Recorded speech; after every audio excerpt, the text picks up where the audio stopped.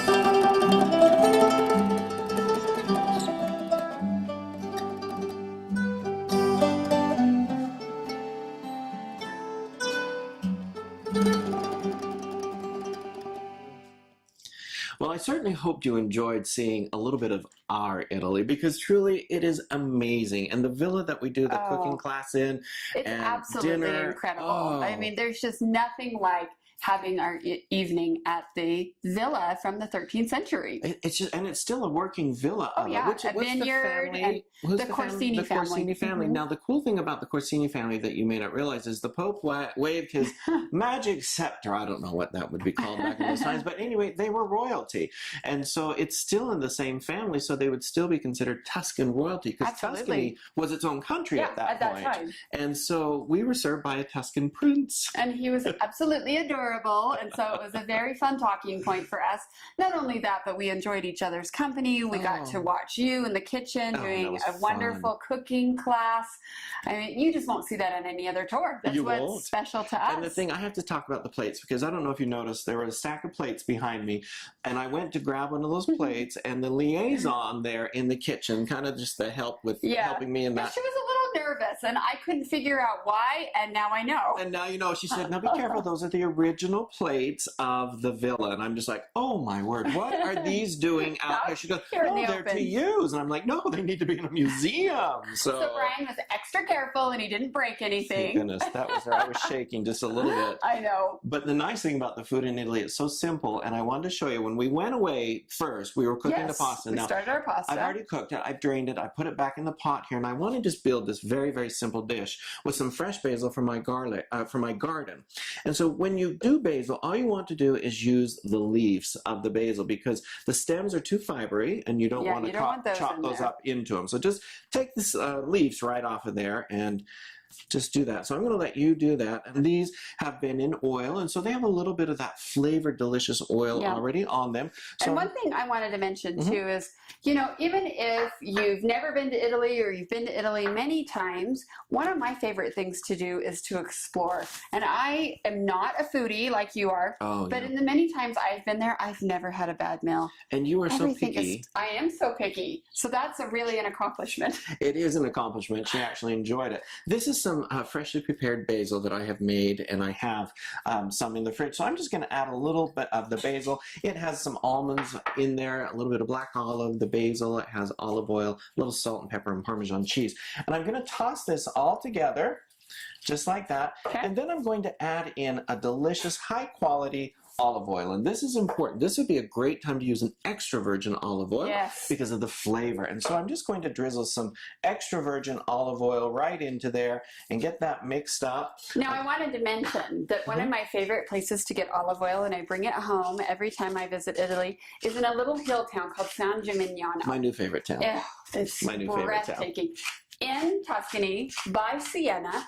But not a lot of people know about it because you can't drive up into San Gimignano. You literally have to walk the cobblestone road. And when you do, you walk into this little section that has just amazing olive oil stores, shops. You can get it. It's medieval streets. Yeah, it's the cobblestone street with the cobble, buildings to the side of it. I mean, honestly, I don't think it's changed since it was built. No, I don't either. Centuries ago. And then you can look out over the city wall and just see the beautiful Tuscan scenery. It is so beautiful. Yeah. You know what? I actually have a picture of that, and so I'm going to put it up for everybody to take a look at so they can see that picture. So check out the picture. You can see the panoramic view. Do you see what we're talking about? How beautiful a scenery of Tuscany is. I love it. I can't wait to go back. And like we've talked about, this tour has so many different things, from the different scenery from Venice to Rome with Tuscany in the middle, to, we talked about the shopping, the Florentine leather in Florence. And then when you go up into Venice, there's beautiful glass and the Murano jewelry. And so you just, did I not chop it fine enough? You did just great. I'm just not really. She did. I mean, she did great. I'm going to just chop this up and do a little finer. Such a perfectionist. That's why it's good I come along on the trip. Keep me humble. There you go. Absolutely. It smells divine. Oh, love that fresh basil. Smell. Oh, Italy. I can smell it from right here. Oh, it's just making me get excited to go. Do you all we want to are smell going in October, so you still have time to join us. How can folks sign up for the tour? You can sign up two different ways. You can either go to Chef Bryan's website, cookingwithchefbryan.com, or you can go to my website, which is Chic, like you're so chic, C-H-I-C. Like you, chic. Yeah, I'm very chic. Shoestring.com. The full itinerary is there. We're going with Columbus Travel, so we've got all the accommodations taken care of. We have a wonderful motor coach that we have with us. This is a private motor coach. This is not one that we rent per city. And no, it's with us the whole time, same driver. Private motor coach. Well worth it. Oh, absolutely. It's the best way to experience Italy because we just do so many different things as we're driving. We're seeing picturesque.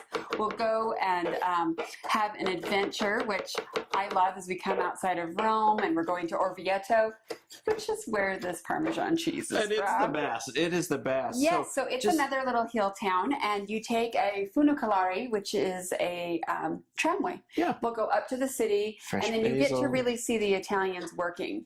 Why don't you just in their lifestyle. And so I'm going to grate a little bit of this Parmigiano Reggiano cheese. Delicious. And you just get a little flavor of that on top. But you can bring some of these things home, like the olive oil. We have this cheese. And they will ship things home too, so you don't have to worry about it. And a lot of the folks last year shipped home A lot of wine things, and different wines things. and stuff like that. So Absolutely. perfectly done. I'm going to put a fresh sprig of basil on there just to tie everything together. And we have a delicious bow tie pasta with some artichoke hearts, fresh basil from the garden, and of course, Parmesan Reggiano from our favorite little Italy town. Yes, Orvieto. I love it. I'll put we this hope recipe we've tempted you a little bit about coming to Italy with us. It's a fabulous tour. How could you not have fun with the two of us?